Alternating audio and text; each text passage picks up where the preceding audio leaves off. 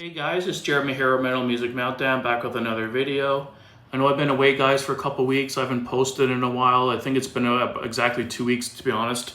Sorry about that, guys. The air quality in Toronto was really bad last few weeks or a couple weeks ago, and I have asthma and it really kind of fucked my lungs. Gave me some breathing issues and a bad cough. So I haven't recorded in a while, but I'm looking forward to putting content out for you guys again. And I figured what better way to start than with a ranking of the albums of the mighty Death, my favorite death metal band of all time. Rest in peace, Chuck, one of my musical heroes in metal. Great frontman, great vocalist, great songwriter, insane good guitarist, all around a really good musician. And I've really been wanting to do the ranking of these guys for a while now. So I've been listening to them the last couple weeks and preparing for this. And I think I've got it to where I want it to be. I was digging them out of my pile of CDs. I'm still waiting to get shelves in for my CDs. They're kind of all on the floor right now. I found 6 of the albums. I couldn't find the last one, Scream Bloody Gore. I have it somewhere and I couldn't find it for some reason. So for that one, I'll have to just put a picture up on the screen. Death, in my opinion, has arguably the strongest catalog of all time in metal. There's not too many bands that I would say don't have a single miss in their catalog. Most bands have that 1 or 2 albums that are just kind of duds or just weaker and noticeably weaker. But in my opinion, Death doesn't have an album that's under a 9 out of 10. They're that good. That's why they're my favorite death metal band of all time. I listen to them probably the most out of all death metal bands, even though they're not active for quite a while now. But I still love this band, one of my top probably 10 or 20 metal bands of all time. So let's jump right in, guys, so the video's not too long.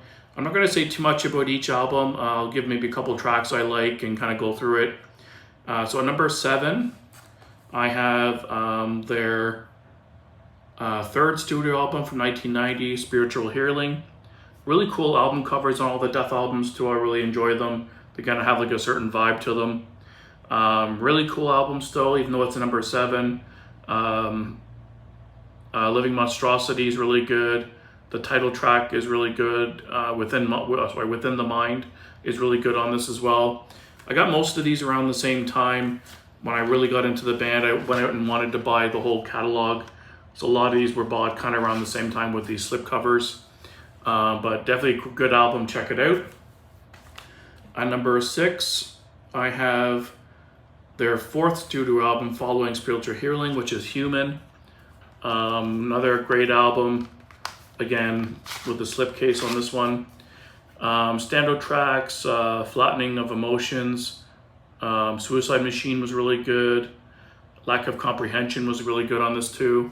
Again, super strong album. This is when they were starting to kind of more transition into the more progressive metal side. Still a lot of death metal elements in here, but they're kind of transitioning out of the brutal death metal only and going into the more progressive side. I personally like both eras of Death. Some fans only like the early brutal stuff. Actually, out of the top 4, 2 of them are like the more brutal death metal and 2 are like arguably the most progressive of their albums, so that's kind of a spoiler alert. But I like both eras almost equally, but you'll get into that momentarily. But yeah, at number 6, I have Human, really solid album still, top to bottom. At number 5, I have their 5th studio album from 1993, Individual Thought Pattern. This is when they're really kind of leaning into the more technical and progressive side of things. Really good album. I was almost going to put this a little bit higher, but I decided to put another album just above it. And Overactive Imagination is really good. In Human Form is really good on this too. Trapped in a Corner, just again, top to bottom, really good. Again, more on the progressive side of things, but really strong album. Just 1 second, guys. Lost my screen here.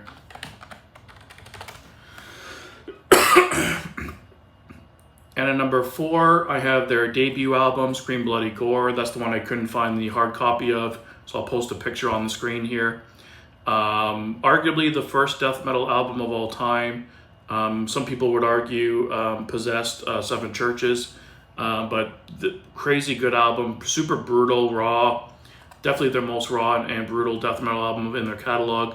I love the vocals in this. They're super just aggressive and raw. And this is just a really good album. Really good debut. One of my favorite death metal debuts as well. Right up there with Altars of Madness and some other albums. And yeah, I just love this album. It's a classic. And at number 3, I have they're going from their debut to their last album, which is The Sound of Perseverance from 1998. Easily their most progressive album on their catalog. It's a double CD. Top to bottom, it's just a really, really killer album. Love this album. Listen to it one of the most. Voice of the Soul, Story to Tell, Spirit Crusher. Just love every album on this. Chuck's vocals are insane. The guitar works is more intricate and more technical. And the songwriting is top bar in this. Really, really good stuff. And the last two have always been my favorite death metal albums. And since I got into the band, they haven't really swayed. It's kind of stayed the same. The other two have kind of moved up and down a little bit over the years, but these two have always been my favorites. And at number 2, I have their sophomore album, Leprosy. Still brutal death metal, more on the brutal side before they got more progressive. One of my favorite artworks of all time. It's so iconic and just a must-have death metal album in any collection. Definitely a top 10 death metal album of all time. Again, it's in one in the slipcases, kind of when I bought them at the same time, the reissues. And I just love this fucking album. It's so brutal. The songwriting was improved from Scream Bloody Gore, and it's just a better version of Scream Bloody Gore. It just hits on all cylinders and fucking amazing. Love this album. And I could leave only one album. It's always been my favorite death album of all time. Probably a top 10 album of all time, if not 20. That's Symbolic, their 95 album, their 6th studio album. This has always been my favorite death album, easily. Symbolic, the title track, Zero Tolerance. Love those two songs, arguably my 2 favorite death songs of all time.